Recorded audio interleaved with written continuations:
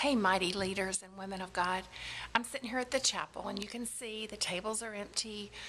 Place is pretty quiet. Facilities has got everything set up for us. And in just a few hours, there'll be over 100 women here for Sisterhood evenings. And then again tomorrow, over 100 women for Sisterhood mornings. For those of you who are leading a table at mornings or evenings, I just want to encourage you for a minute. First of all, the harvest is here. God is definitely bringing his daughters into the church and looking for community and for a word from him each week.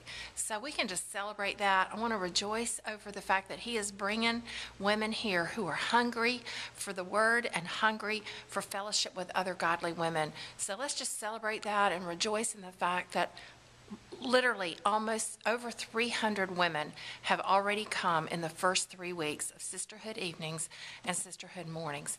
There are many, many churches who would be excited over that number in a whole year, and yet we've had it in just 3 weeks. So we just want to give a shout out to God and say thank you for that.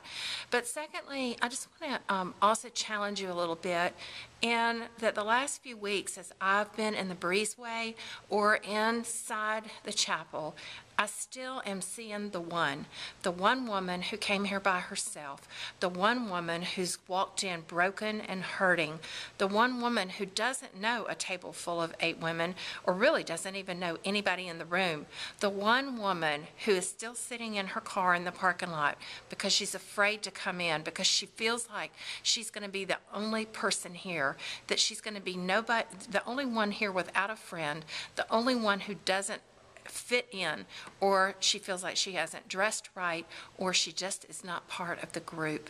So I want to encourage you. I read a book by Bill Hybels this weekend, and in it he talked about the evangelism imperative of taking a walk across the room.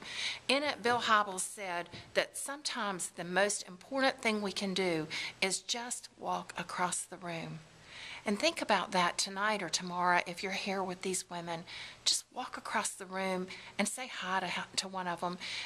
Bill Hybels says there's 5 steps. That first of all, we need to walk across the room.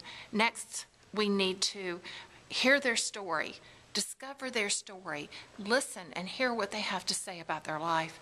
Thirdly, ask and discover next steps for them. Maybe they're just looking for somebody to go out to lunch or out for a cup of coffee.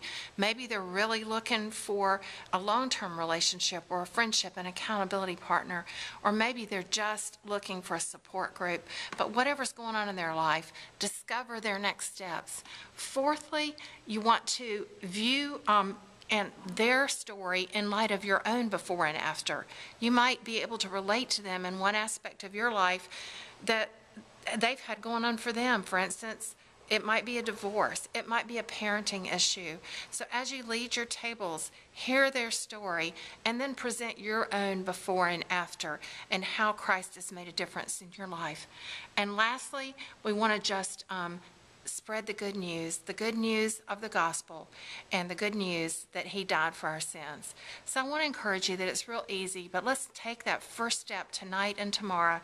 Walk across the room, say hello, and let a sister feel loved. We love you, and I thank you for serving God's daughters in the way that you do so faithfully. Bye.